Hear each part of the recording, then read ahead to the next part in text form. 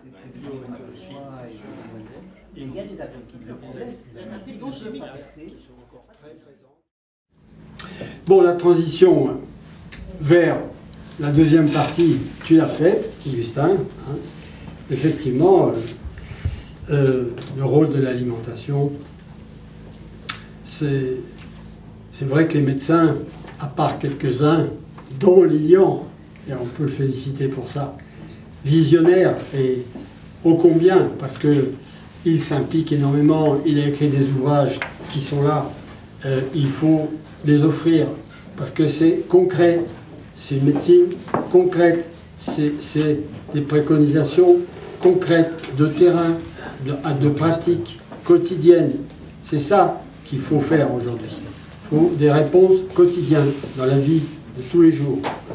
Alors, donc, deuxième partie, je dis juste quelques mots, et après c'est Lilian qui va exposer. Nous avons travaillé depuis plusieurs semaines, tous les jours, intensément, jusqu'à des heures très tardives, dans la nuit, n'est-ce pas? Même au petit matin, parfois. Sur la fin, sur la fin. Ouais, sur la fin. Mais la fin, elle n'est pas finie, la fin, je veux dire. On est encore... Bon. Alors, on a travaillé sur un manifeste qui est là, présenté aujourd'hui pour la première fois. Hein. Manifeste sur la consommation. Bon, même si le mot consommateur ne nous convient plus très bien, on va lui donner un sens qui reste compréhensible. Hein. Des mangeurs, c'est difficile, on est des mangeurs, c'est vrai. Bon. En tout cas, ce qu'on sait, c'est que c'est essentiel, c'est primordial, c'est-à-dire qui vient en premier, tous les jours, nous tous, partout où nous sommes, nous devons nous alimenter pour continuer à vivre, plus ou moins bien, plus ou moins difficilement, etc. Alors, les états généraux de l'alimentation. C'est parti de là. Bon, moi j'ai dit bravo quand j'ai entendu qu'il était question des états généraux de l'alimentation. Et puis, démarrer de l'alimentation, c'est plutôt pertinent, parce qu'en fait, c'est l'alimentation qui doit déterminer l'agriculture, et non pas le contraire. Hein. C'est à nous de savoir quelle alimentation nous voulons, et ce que nous voulons, c'est une alimentation qui nous maintienne en bonne santé. C'est ça qu'on veut. Bon, alors, mais qui l'exige? Où ils sont les consommateurs? Hein? Où ils sont? Ben, ils ne sont déjà pas aux états généraux, je peux vous dire. Parce que nous avons fait un sondage qui montre que sur 1000 personnes que nous avons rencontrées, il y en avait 10 qui pensaient savoir ce que c'était. Et en réalité, sur les 10, il y en avait 0 qui savaient qu'il y avait une consultation publique de tous les consommateurs sur le site du ministère de l'Agriculture en France. Alors on ne peut pas dire, hein, le mot pompeux de états généraux, ça veut dire qu'on réunit autour de la table toutes les parties, producteurs, transformateurs, distributeurs et consommateurs. À part que les consommateurs, ils ne sont pas présents. Et je vais vous dire, ce qui nous a inquiétés et ce qui nous a déterminés avec Lilian, moi j'ai tout de suite compris que c'était déviant. J'y étais le 20 juillet, à la journée d'ouverture, 4 ministres, Premier ministre, 400 personnes, 40 qui ont pu parler, dont moi. Mon intervention a été la seule qui a créé un vrai problème, au point que la personne voulait me couper la parole, et que, alors curieusement, c'est le président de la Fédération nationale qui s'appelle la FNE, la France Nature Environnement, qui s'est levé et qui a hurlé « Laissez-le parler ». Vous vous rendez compte, dans la salle là. Bon. Pourquoi? Parce que j'étais juste en train de revenir sur ce qui avait été dit par Christiane Lambert, la présidente de la FNSEA, qui disait la France, ce pays où il y a 1001 formes d'agriculture, sous-entendu dont l'agriculture biologique, une parmi d'autres. Bon, ben, on va vous laisser jouer un peu, mais restez quand même à votre place, hein, parce que nous, c'est nous les tenants de l'agriculture. Alors quand nous avons vu ça, messieurs, dames, quand nous avons vu ce titre dans les journaux, hein, je vous le dis, la FNSEA satisfaite des états généraux de l'alimentation. Donc, à partir de là, les choses sont claires. Hein. Nous, on savait ce qu'on avait à faire. Bon, moi, je voulais une intervention écrite, une contribution écrite. Donc, je m'étais inscrit dans 3 ateliers.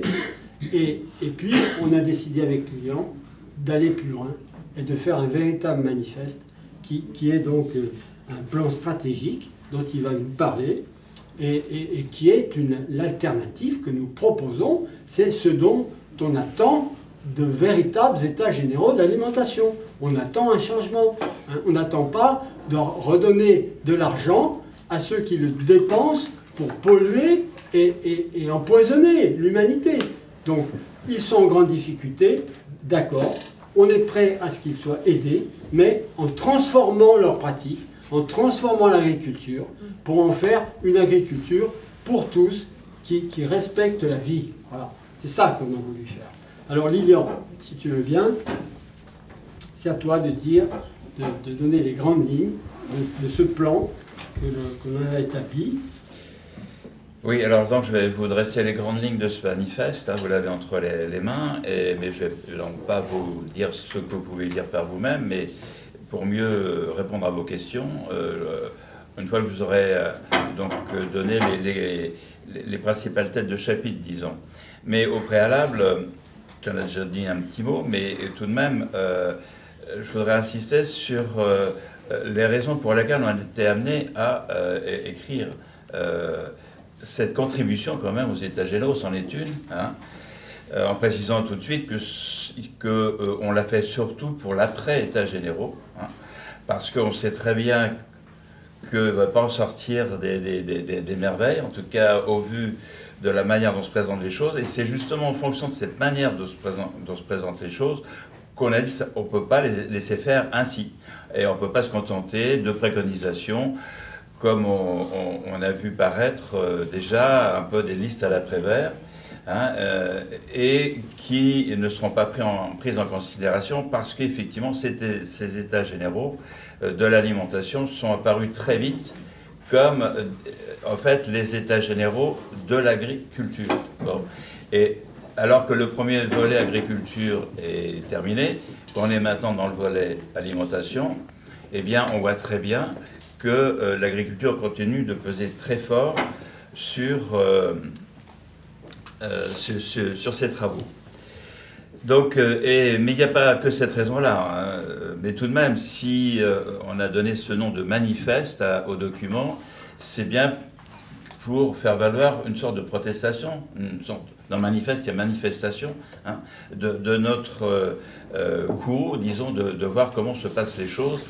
En rappelant que d'ailleurs l'idée de ces états généraux venait de Nicolas Hulot, qui très vite a été dépossédé d'idées pour être confié à l'agriculture, au ministre de l'Agriculture, maître d'œuvre de ces états généraux. Et la FNSEA, le syndicat agricole majoritaire, a récupéré aussi très vite la coordination de ces états généraux. Donc c'est tout dire. Alors, c'est pas étonnant que Mme Lambert se félicite en conférence de presse, même pas 15 jours après le début de ces états généraux, de la manière dont se déroulaient les choses. Et à cet égard, je voudrais quand même rappeler, et nous le rappelons dans le manifeste, que la politique agricole menée en France, depuis des décennies, se fait selon une cogestion entre l'État et ce syndicat agricole majoritaire. Hein. Je ne sais pas si vous êtes au courant, et beaucoup de médias, en tout cas s'ils le savent, ne le disent pas, mais depuis, je dis bien des décennies, peut-être, je ne sais pas, une trentaine d'années, hein, je ne sais pas exactement, mais chaque mois environ a lieu des réunions au sommet entre les représentants du ministère de l'Agriculture et des représentants de la FNSEA pour décliner, au fur et à mesure que le temps passe, la politique agricole. Bon, alors après, on pourrait faire la remarque que ce syndicat est très mal placé pour se plaindre ensuite, hein, de la politique appliquée chez nous par nos gouvernements successifs. Et d'ailleurs, il y a eu un seul ministre de l'Agriculture qui a protesté sur cet état de fait, hein, parce que, en disant qu'en fait, il y avait une sorte d'État dans l'État. Il y en a beaucoup d'États dans l'État en France. Hein. Mais là, il y en a un qui fait que, une fois qu'il a eu démissionné, c'était M. Glavany, qui connaît bien les lobbies agricoles, hein, puisqu'il est ici du sud-ouest, hein, lobby du maïs, hein, et c'est un lobby extrêmement prégnant, lui aussi, eh bien, il a dénoncé le fait qu'effectivement, il y avait trop de prégnance de ce syndicat qui était en fait le fer de lance du lobby agro-industriel. Et donc, on fait valoir qu'on ne peut pas partir sur des états généraux pour dresser des mesures qui vont engager l'avenir pendant plusieurs années, avec s'intégrant dans une transition écologique globale. Autrement dit, il faudrait que l'on mette aussi en œuvre une transition agricole et alimentaire. Et cette expression est très importante, hein, sans laquelle, on l'a vu, tu l'as dit, et puis auparavant Marie-Monique aussi et Olivier ont rappelé, sans le dire comme ça, mais qu'on ne peut pas parler de transition écologique s'il n'y a pas une transition digne de ce nom aussi en agriculture et en alimentation. Parce que ça conditionne des enjeux climatiques et écologiques absolument considérables, hein, mais aussi ça conditionne la gestion, une seule gestion des ressources, hein, et puis ça conditionne notre santé. Hein. Bon, on a parlé essentiellement de la pollution, mais j'insisterai davantage, et on insiste beaucoup dans le livret, vous verrez, sur quoi devrait reposer la transition alimentaire en termes d'équilibre alimentaire, hein, et que ça doit s'enseigner, ça ne se fait pas, y compris d'ailleurs dans ma corporation de médecins, on apprend le régime du malade, mais pas le régime du bien portant qui veut rester bien portant. Et cette façon de bien s'alimenter devrait passer par de revenir à des fondamentaux en termes d'équilibre alimentaire, puisque depuis l'après-guerre sévit une dérive monumentale, là aussi, qui a consisté à oublier les protéines d'origine végétale pour se livrer quasiment exclusivement aux protéines d'origine animale, et essentiellement carnées. Bon. Et c'est là où et d'ailleurs c'est dans l'exergue de notre livret, on dit que c'est l'alimentation qui devrait donner sa feuille de route à l'agriculture. Alors qu'on assiste à l'inverse depuis longtemps, à un formatage du comportement alimentaire pour que celui-ci puisse écouler les excédents de production des élevages hors sol. Et quand tu disais que l'homme se sentait en quelque sorte hors du sol, en dichotomie avec la terre et avec la nature, alors qu'il en fait partie intégrante, eh bien tout de suite je me suis dit, mais à force de consommer des viandards et de consommer les produits issus des élevages hors sol, ben, l'homme devient lui-même hors sol. Donc, on a fait vraiment la jonction entre le constat que l'on fait dans le livret et puis ce que tu viens de dire. Donc, transition agricole qui passe effectivement, tu l'as dit, alors tu m'as retiré les mots de la bouche, je ne vais pas les répéter, le temps passe, mais tout cela n'a de sens que s'il y a aussi dans le même temps, hein, moi je n'hésite pas à utiliser des mots qui sont galvaudés par ailleurs, parce que nous on leur donne du sens. Voilà. Il faut que dans le même temps, il y ait une transition alimentaire. Et ça, c'est fondamental. Et si vraiment on arrive à cela, et c'est pas gagné, parce que, alors là, déjà, c'est pas facile de faire bouger les lignes dans l'agriculture, lobby oblige, mais faire bouger les lignes au niveau de l'alimentation, là, vous avez affaire à tout à chacun qui est ancré dans ses attitudes. Et modifier les habitudes alimentaires, ça passe par l'oralité qui renvoie à des réflexes très ancrés depuis quasiment la naissance. Je vous dis pas, comme on dit, que c'est pas évident de faire bouger les lignes, hein. Mais il faut s'y attaquer, hein, il faut le dire. Et pour mieux faire comprendre l'importance de se livrer à cette transition alimentaire, eh bien, il faut faire valoir toutes les maladies, parce que quand même, le consommateur est quand même soucieux de sa petite santé, hein, qui sont liées. Non. Alors on met de côté le glyphosate, les pesticides, hein, et c'est pas rien évidemment, mais on mangerait sans toutes ces saloperies qu'il y aurait quand même un problème, parce qu'on est trop viandard, globalement. Et que consommer trop de protéines animales, c'est consommer, enfin surtout celles venant des mammifères, hein, je mets le poisson à part, parce que lui a des corps gras avec ces protéines qui sont protecteurs, avec les oméga 3. Mais du côté élevage classique, là, on a affaire à des graisses saturées et qui, consommées en excès, favorisent 3 des plus grands fléaux sanitaires que sont le surpoids, avec tout ce que ça implique d'ailleurs, les maladies cardiovasculaires et les cancers. Excusez du peu. Hein. Parce qu'il y a quelque temps, l'OMS avait défrayé la chronique en disant « manger de la viande égale cancer hein. ». Alors, fondamentalement, c'est pas faux, hein, on le sait depuis longtemps, mais ça avait été balancé un peu trop abruptement, et du coup ça provoquait des réactions qui ont fait le jeu des lobbies du coup. Là c'était très très maladroit. Hein. Alors qu'il aurait fallu dire consommer trop de viande surtout rouge, et surtout trop de charcuterie, c'est trop de graisse saturée, et puis aussi beaucoup d'additifs dans la charcuterie qui sont directement cancérigènes. Enfin bref, on aboutit à un état des lieux sanitaires aussi préoccupant. Hein. Donc il y a deux facteurs, les modes de pollution liés au mode de production, plus le mal manger. Et le mal manger, c'est pas forcément manger de la viande en soi, c'est manger trop de viande. Hein, d'accord. Bon, alors ça passe par ce que l'on peut qualifier de transition alimentaire. Et pour fixer les idées, pour que les gens sachent de quoi on parle, on cite comme exemple, et qui a fait ses preuves, et dont tous les médecins ou les nutritionnistes, disons, qui veulent vraiment faire bouger les lignes aussi, se réfèrent à l'exemple du régime, j'aime pas le mot régime d'ailleurs, l'alimentation traditionnelle méditerranéenne. Hein, voilà. Bon, alors, voilà pourquoi on a écrit ce manifeste, d'accord, et quelles sont ces grandes lignes, hein, avec les deux grands volets, évidemment, agricoles et alimentaires. Alors, le manifeste lui-même se décompose en trois parties. Première partie, explication de texte.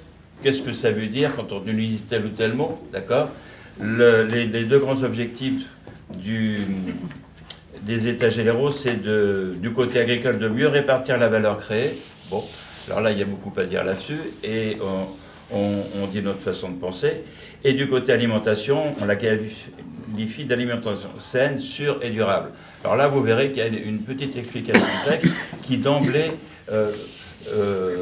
place l'alimentation en tête de file, hein, et ensuite l'intendance devrait suivre, comme on dit, et l'intendance, en l'occurrence, c'est l'agriculture qui devrait se mettre en état de marche pour répondre à une véritable alimentation saine, sûre et durable. D'accord? Alors ensuite, état des lieux, c'est-à-dire on fait un rappel de tous les grands enjeux de société qui sont liés à la façon de produire et de consommer des aliments, des enjeux sanitaires qui sont quand même au premier rang des préoccupations des consommateurs, avec le prix de ce que l'on consomme, donc les enjeux aussi socio-économiques, il y a les micro-enjeux, hein, et on explique que justement le fait de mieux manger, équilibrer, en répartissant mieux les apports entre protéines animales et végétales, ça permet de faire non seulement du bien pour sa santé, mais beaucoup d'économies, en fait, puisque les protéines végétales, en clair, les légumineuses et les céréales peu raffinées, sont beaucoup plus économiques par rapport à leur équivalent animal, surtout à base de produits carnés. Et on est gagnant-gagnant parce qu'avec les protéines végétales, on a beaucoup plus de nutriments protecteurs qui accompagnent ces protéines, hein, les antioxydants, les fibres, l'oméga 3, etc. Alors que du côté végétal, il y en a beaucoup moins, voire pas du tout. Les fibres ne sont apportées que par les produits végétaux. Or, si on est carencé en fibres, en lait, il y a l'enquête Suvimax qui remonte à une quinzaine d'années qui a prouvé que le consommateur français moyen était vraiment, on peut dire, carencé en fibres. Ça favorise les fléaux que j'ai cités, plus d'autres maladies métaboliques. Bon. Les enjeux aussi en termes de gestion de ressources et d'énergie, en termes d'aménagement des territoires, et vous verrez que à la fin des préconisations, on met en exergue deux mesures clés dans lesquelles on relie le fait de pouvoir concilier la protection de la santé, la préservation de la santé par une meilleure alimentation, un meilleur comportement alimentaire avec de meilleures productions et avec un ancrage territorial. Donc l'aménagement des territoires peut être un facteur non seulement très utile à cette saine gestion de notre pays, mais aussi pour approvisionner en produits de qualité la population. Et enfin, les enjeux environnementaux et climatiques qui sont considérables, et Valérie en a déjà dit l'essentiel. Alors, les principales préconisations, elles se déclinent en 7 rubriques. Hein. Premièrement, planifier dès à présent une politique agricole qui est résolument orientée vers l'agriculture biologique. Hein. Alors, on se cale sur les travaux du groupement Solagro, hein, qui savent de quoi ils parlent, et qui fixe d'atteindre pour 2050 50% de SAU en bio en France. Mais on pourrait arriver, si on se donne les moyens, et surtout politiques, si on a la volonté politique, de parvenir plutôt à ces 50% de SAU en bio. Alors évidemment, ça passe essentiellement par la formation, hein, par la recherche aussi, l'innovation, c'est-à-dire en fait mieux comprendre les bases de l'agriculture biologique, de la permaculture, l'agroforesterie, qui ont fait leurs preuves, mais si on connaissait mieux comment ça marche, hein, on pourrait encore plus développer et faciliter la reconversion justement des gens qui pensent qu'on ne peut pas faire sans le glyphosate. C'est quand même extraordinaire. Hein, bon. La politique foncière, j'en ai touché un mot, le périurbain est essentiel, et là on est en plein dans l'actualité aussi, quand on voit que le sujet aberrant du triangle des Gonesse va être en cours de réalisation. Il s'agit donc d'artificialiser encore plus le territoire, de faire disparaître des terres arables. 300 hein, hectares. Voilà. Alors que... Et potentiellement 670. Hein, mais 300 bon. C'est le début, mais on va plutôt sur 670. Bon. Ouais. C'est un exemple, il y en a plein. Moi, chez moi à Lorient, c'est pareil. Hein, on a des terminaux agricoles en cours d'activité, et ça y est, elles vont être bétonnées, asphaltées pour en faire une ZAC. Bon. Alors qu'il faudrait que ces ceintures périurbaines soient dédiées à des activités agricoles saines, c'est-à-dire qui ne polluent pas, effectivement, notamment l'air et l'eau, dédiées à l'approvisionnement de proximité. Hein, voilà, c'est tout simple comme idée. Hein, mais ça, quand vous parlez ça à des politiques, vous leur demandez de décrocher la Lune. Hein. Et moi, je suis un naturaliste, en fait, à l'origine hein, de mes activités associatives. Et moi, je vois très bien aussi l'intérêt, en termes de protection et de préservation de l'environnement, de facilitation de la réalisation d'une trame verte et bleue, hein, qui est essentielle pour préserver ce qui reste encore d'insectes et de petites bestioles. Vous imaginez les grosses métropoles entourées de ceintures vertes agroécologiques, hein, ce serait quand même beaucoup plus pratique et en tout cas moins difficile de réaliser une trame verte et bleue. Il y aurait déjà des points de repère, d'accord ? Bon, et puis, bon, je pourrais vous parler de plein de choses comme ça, mais enfin là, il s'agit de vous dresser les grandes lignes. Et parmi cette planification du développement de la bio, il y a, et c'est pas rien, la maîtrise des cahiers des charges bio.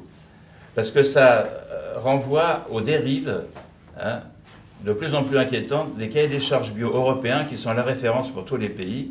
Hein. Il s'agit politiquement de marquer un coup d'arrêt franc, et d'exiger qu'on revienne comme référencement aux cahiers des charges nationaux et pionniers associatifs pour que le consommateur puisse maintenir sa confiance dans les cahiers des charges bio. Or, la confiance commence à être sérieusement altérée puisqu'on parle maintenant du développement de la bio industrielle.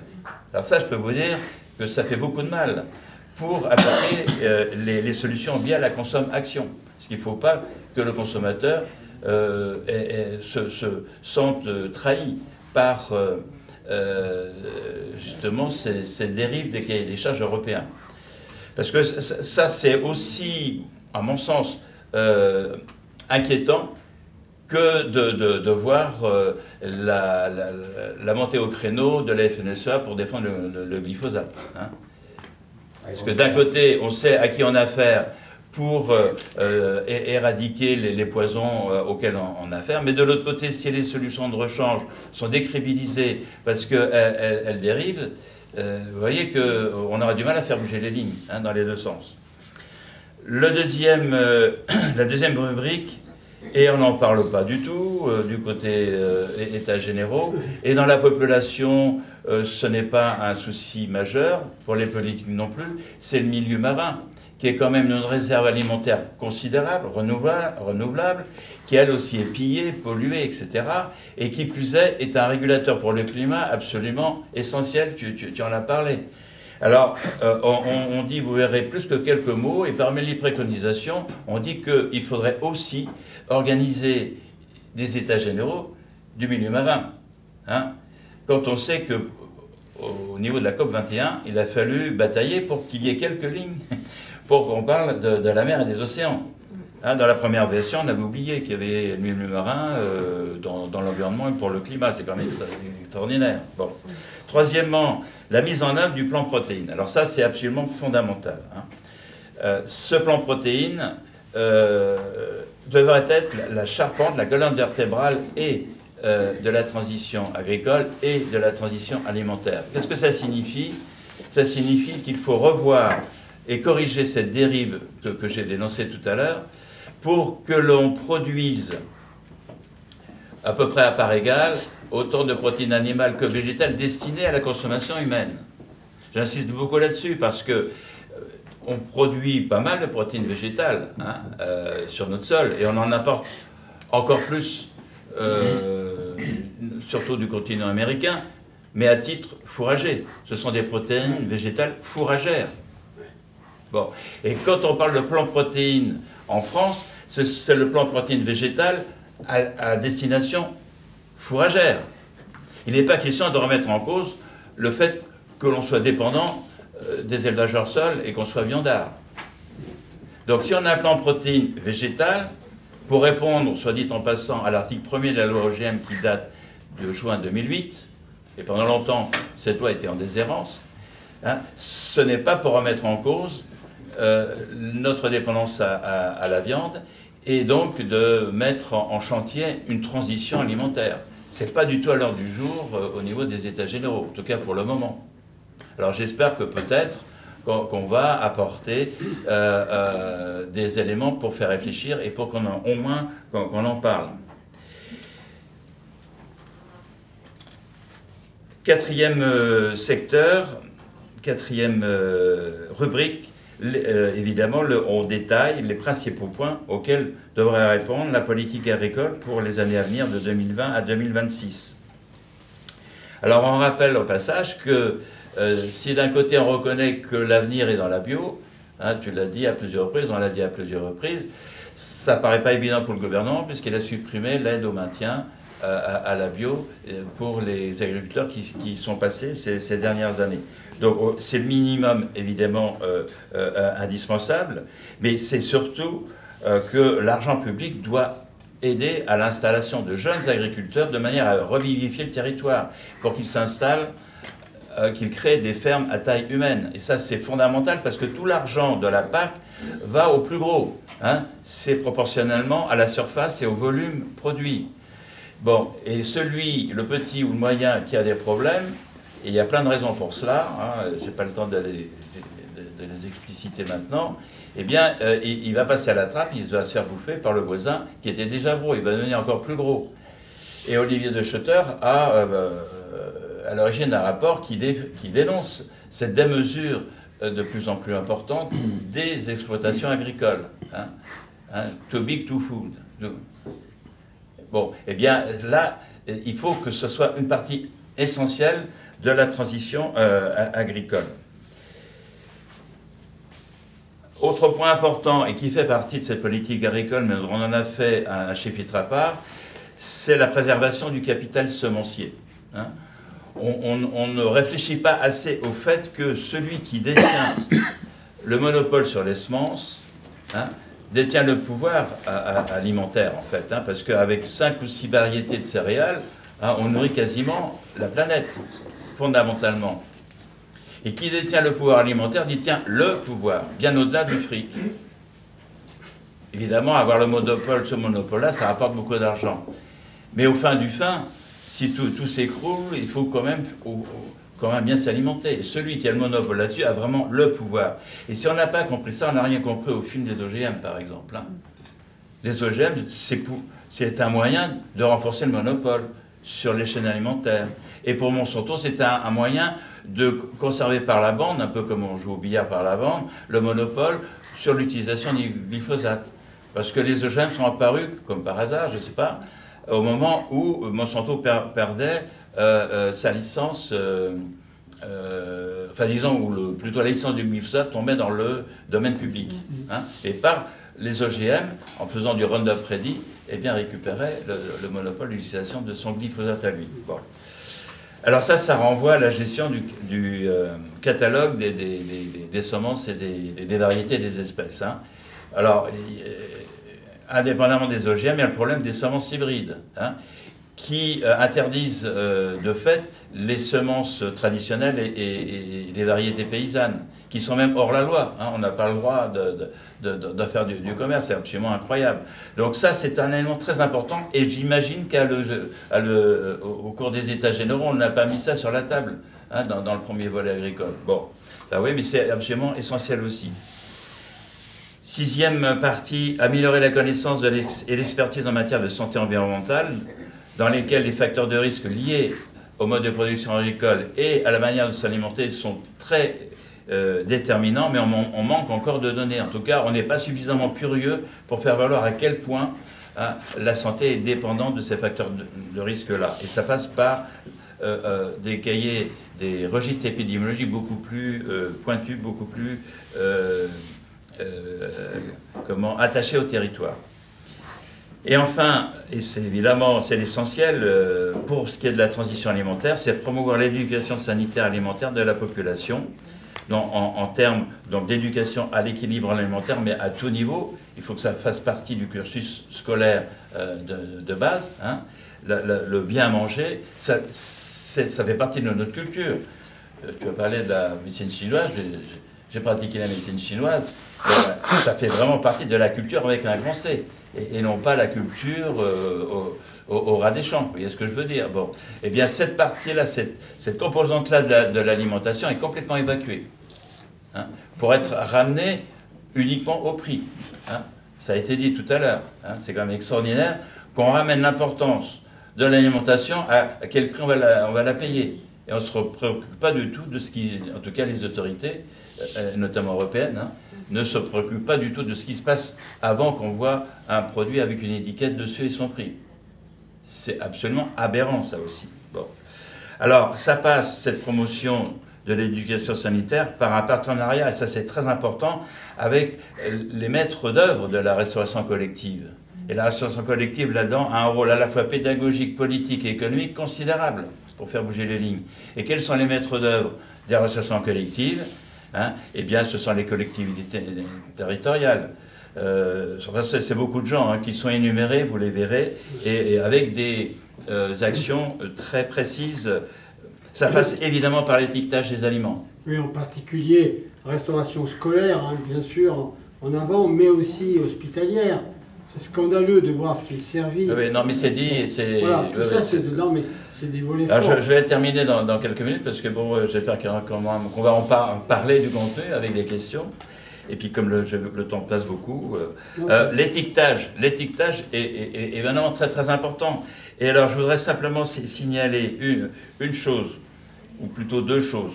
Actuellement, c'est à l'étude. Hein, ça s'appelle Nutri-Score.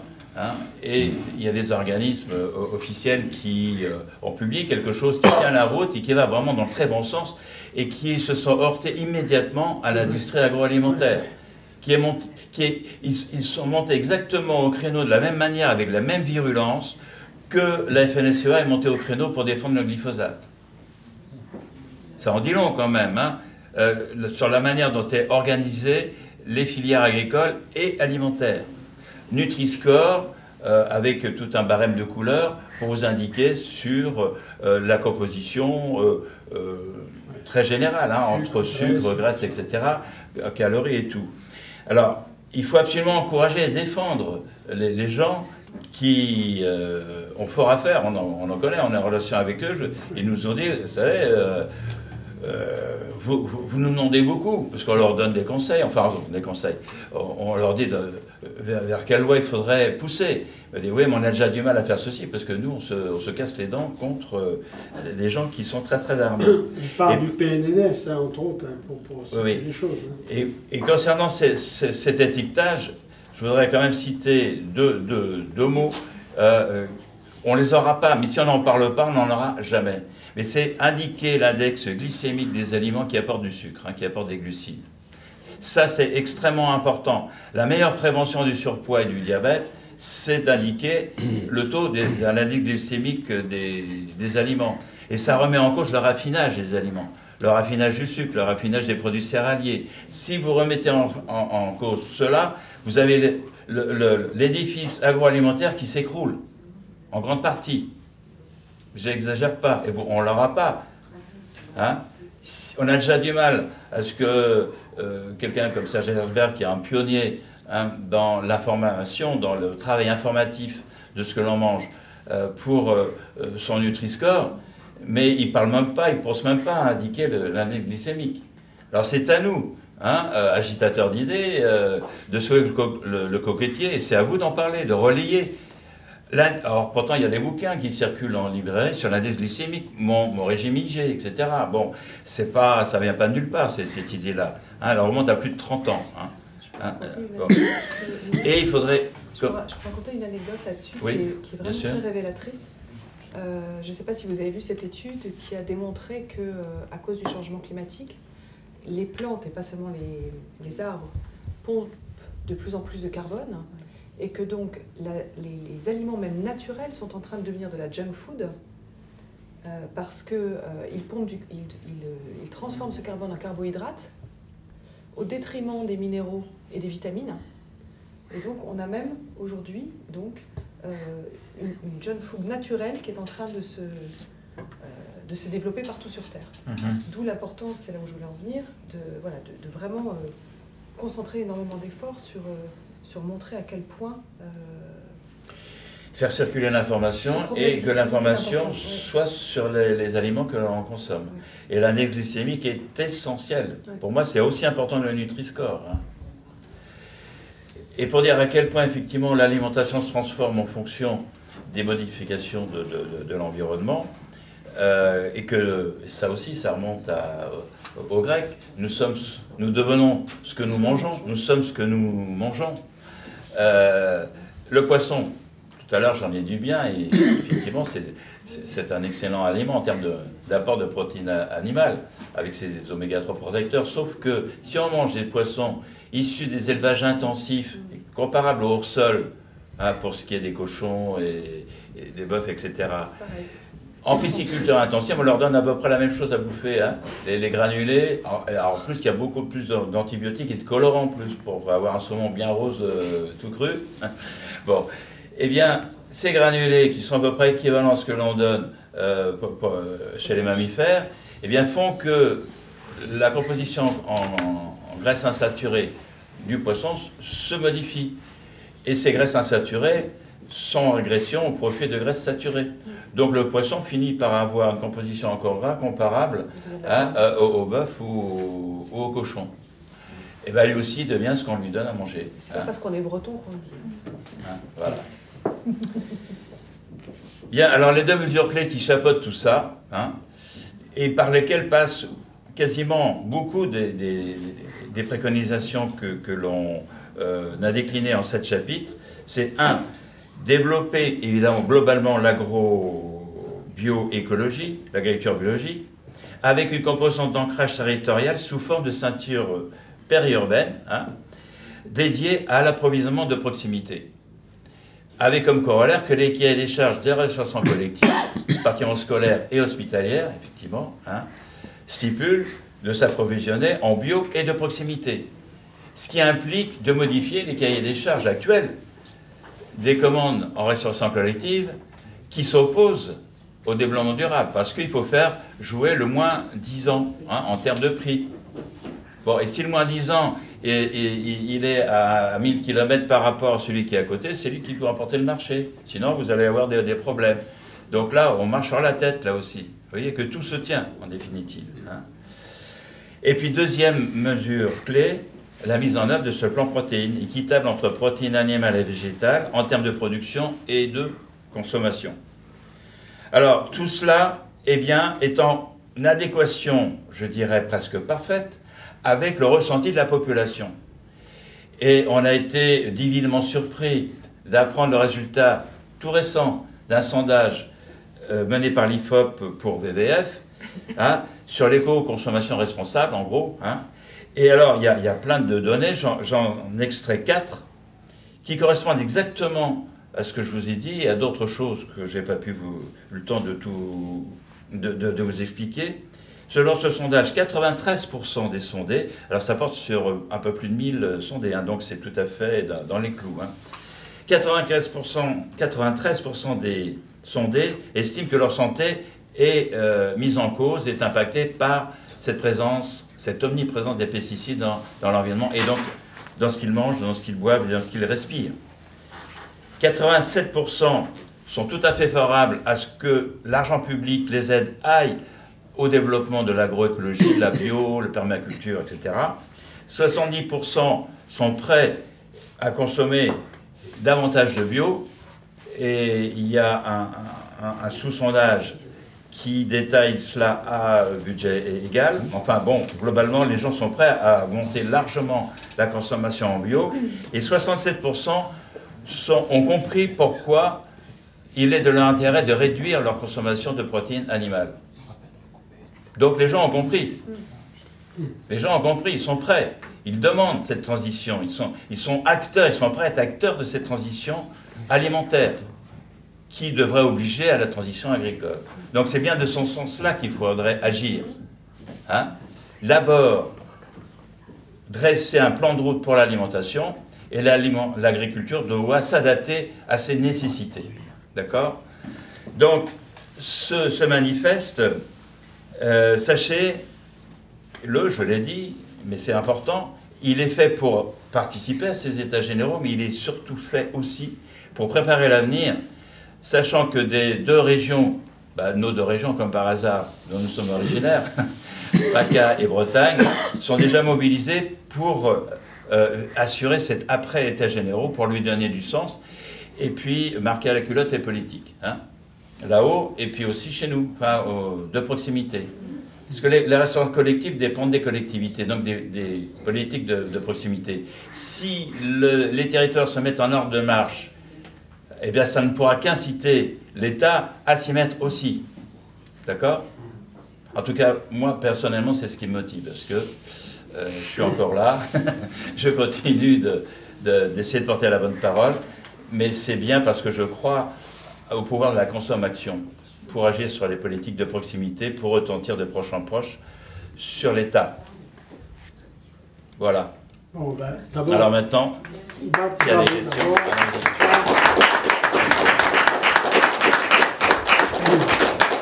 Alors juste avant de passer à vos questions, pour un peu approfondir, concernant ce manifeste, il est clair que nous jouons le jeu, sincèrement. C'est une contribution que nous donnons aux États généraux. Si elle est prise en considération, tout va bien. On coopère, on continue avec eux, et c'est ce qui a été proposé au ministre dans la lettre qui lui a été envoyée aujourd'hui. Bon. Mais, on pourrait imaginer un cas de figure où ça ne soit pas pris totalement en considération. Et ça pourrait arriver. Hein, bon. Ouais, je sais, je fais du mot. D'accord. Mais, et dans ce cas-là, comme l'a indiqué Lilian, ce manifeste, nous allons le remodeler un petit peu, hein, on va enlever les états généraux, puis il va devenir une vraie alternative agroalimentaire que nous voulons diffuser en France, partout. On va l'éditer, on va dans un premier temps tirer à 50 à 100 000 exemplaires pour aller partout dans les collectivités, hein, et puis on va l'intensifier sur Internet, bien sûr. Hein. On va essayer de faire relayer ce manifeste par tous les réseaux associatifs. Hein. D'ailleurs, on en a cité beaucoup, mais il y en a d'autres, effectivement.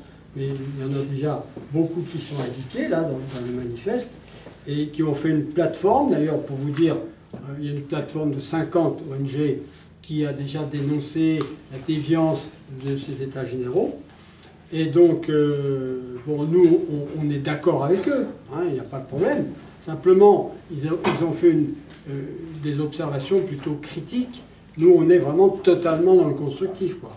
C'est encore un peu limité ce qu'ils ont donné, mais c'est normal, puisqu'ils sont dedans. Alors, donc, ils continuent. Alors, nous, on attend le résultat, et en fonction d'eux, on va continuer à agir. Voilà, pour que les choses soient bien claires par rapport à ça. Tu peux signaler qu'il y a des ONG qui se sont retirés déjà des voilà. États généraux. Déjà plusieurs. Ceux qui sont très axés sur la solidarité, humanitaire. Femmes et compagnie, ils ont dit c'est une mascarade, nous on s'en va. Oui, parce que la dimension planétaire n'est pas retenue. C'est une vision qui devrait être la première vision. D'ailleurs, un des droits fondamentaux de l'homme, c'est le droit à l'alimentation. C'est le droit qui est le plus bafoué et qui génère des troubles géopolitiques et des troubles, on va dire, humains de très grande intensité, quoi, hein. Je pense que tu es d'accord avec ça. Ça concerne tout le monde, donc c'est agir ensemble.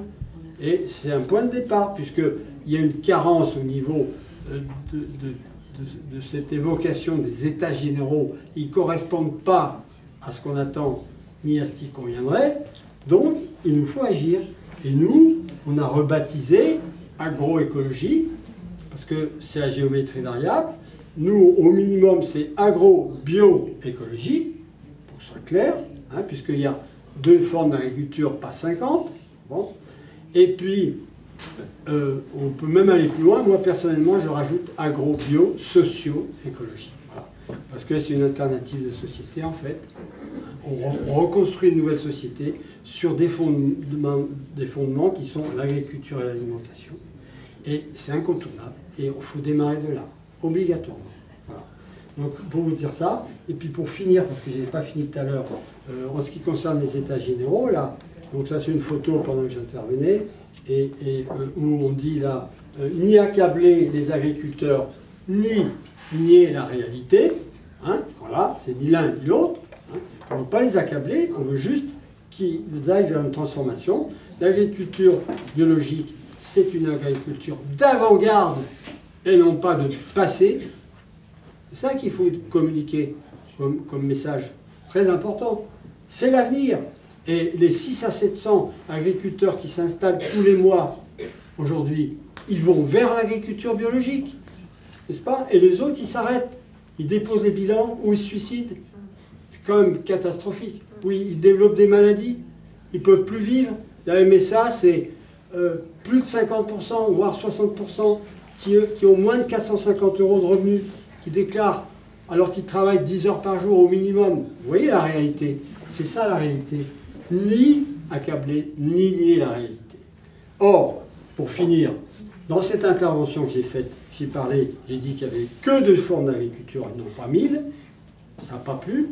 Et quand on m'a dit, ouais, le ministre, il a dit, il ne faut pas opposer les formes d'agriculture. Voilà.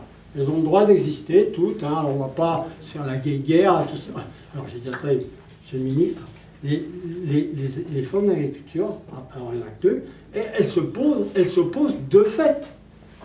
Ce n'est pas nous qui les opposons, elles s'imposent, elles s'opposent de fait. C'est les faits qui sont. Donc voilà. Alors j'ai terminé là-bas en disant, la première chose à faire, c'est le bilan. On vient de passer 70 ans d'agriculture conventionnelle, on veut améliorer les choses. Et comment on fait? On ne fait pas de bilan. Alors là c'est là où il a dit, non, mais on ne va pas revenir sur l'arrière. Dites ce que vous avez à dire, monsieur Astruc. Dites ce que vous avez à dire. Eh bien, j'ai dit ce que j'ai à dire, c'est ça, même si on en a parlé avant, moi ça m'intéresse d'en reparler tout de suite. Et nous exigeons un bilan. Voilà. Évidemment qu'ils ne veulent pas le bilan. Alors, messieurs, dames, si vous avez des questions précises, ou des propositions, ou des suggestions,